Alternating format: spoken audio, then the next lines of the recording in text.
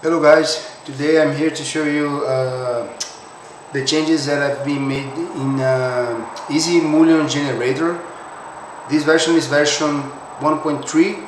Okay, it's not that big change, but it's a very important change in terms of workflow, and I will show you right now. Let's first take a look on version 1.2, which is the one that is available right now, which is this one. Okay, and those are the settings, right? And I've been explaining that on previous videos, and now I'm gonna show you what I've been doing for the version 1.3 and how it makes it better. First, we have this is the way we should use version 1.2. So it's very straightforward. You go, let me see, this is just a mesh, this is just a plane. Okay, and in this plane I'm going subdividing it. Okay, pushing here. Okay, creating my mullions, right? And that's simple, as simple as that. But for example, let's see, I want to have a window here with this part having just one. If I select my edge and I delete the edge, kind of dissolve the edge, pressing Ctrl X. Okay, I dissolve the edge and I have this issue. Why I have this issue? Because if I go to my instead of edge, the vertex, I can notice that I have this vertex here which is not connected to anything, and then this is creating an issue in terms of normals and everything. Okay, so let's go to version 1.3, which is the one I'm releasing today. Okay, let's do the same thing here and here. Something like this, something like this. Okay, if I dissolve my edge, pressing Ctrl X now, so I don't have that issue that I have in version 1.2 anymore. So now you can kind of configure your things better instead of figuring out how to fix that. Because in the version, in this version 1.2, if I want to do that, I have to go here, select all these guys, press Y. So I kind of split the edges. So now this is a separate geometry, and then I dissolve these vertices individually. Okay, so that's the steps that I needed to do before. But now, as you can see, in version 1.3 is just working, like you don't need to go on those extra steps. The other thing is that I reorganized also the parameters. I've been adding some things and I've been deleting some things, right? And I will show you why I did that. Okay. The first thing is I had reorganized it here. If you see the version 1.2, you have those parameters, right? Let's put side by side so we can see how things going. Okay, in version 1.2, I can tell I have less options, right? However, in version 1.3, I had removed one option, which is frame only. I had removed this option because I don't think this option is really useful for what I think. And in the version 1.3, I can achieve the same thing, just changing, removing the frames. because in version 1.2 I don't have the option to remove the external frame. As you can see here, just frame 2, glass, and that's all. But in version 1.3, which is this one, I've been adding the option to remove the external frame. Okay, so I had to remove that.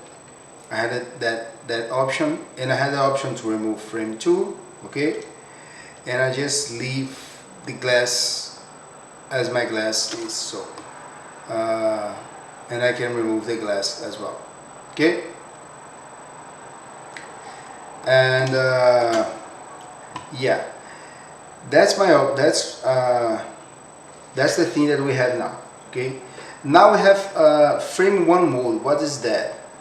That means that the mode means the way that the Mullion will be taking account the divisions you have in your geometry, right? I will show you how this can be very useful.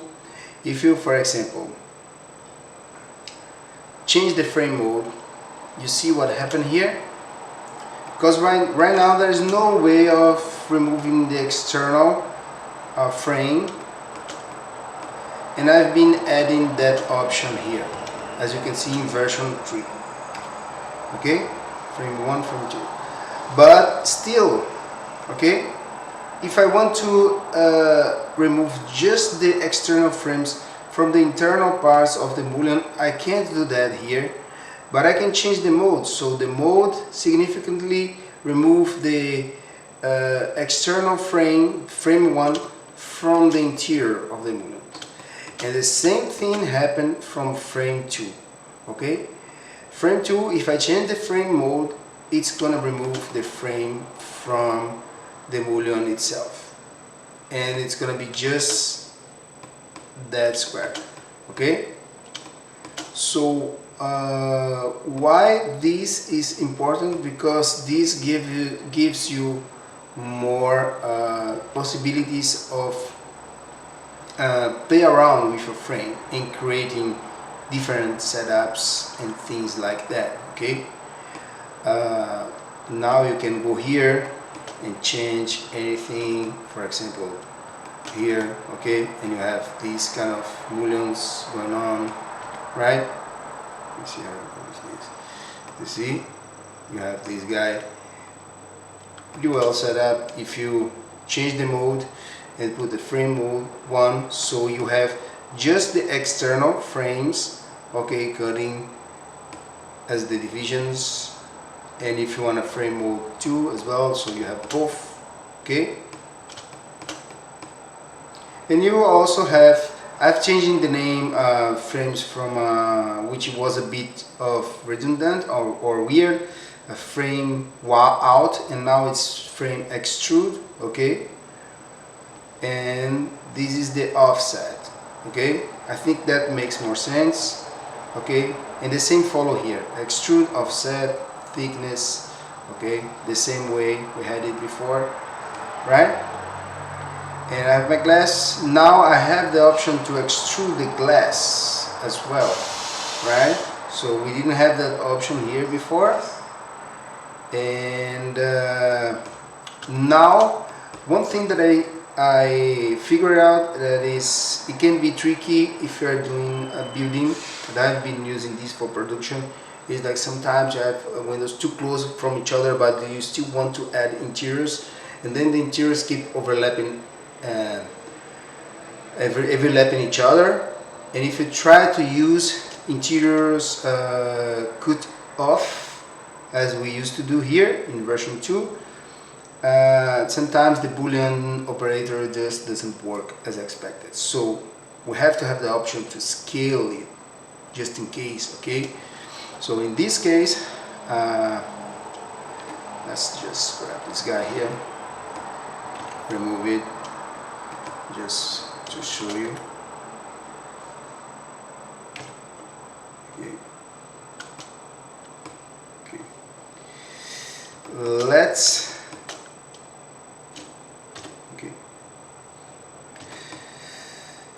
Let's say that we may have these two windows here. Okay,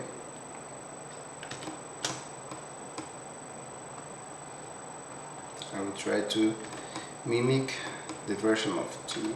Okay, let's say that this is version 2. Okay, let's say that we have these 2 windows here, and I want to add interiors to my scene. Okay, let me see, and then I press interiors on and off.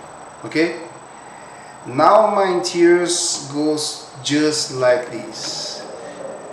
The UVW isn't that good, and you have interiors going in the middle of the room, in the middle of the mullion, and they are overlapping each other, and maybe that's the roof of the building, and the interiors goes beyond that.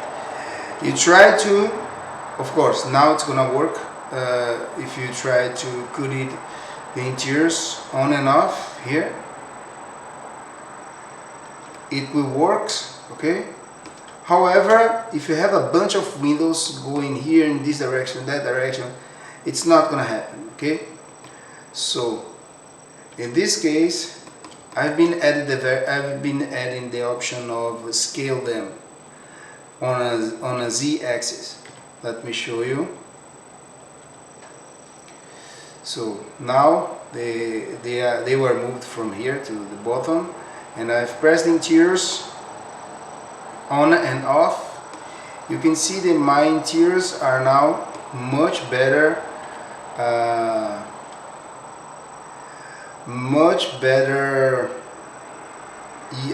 unwrapped. Okay, so you have the proper room showing up here, not as this crazy wrap.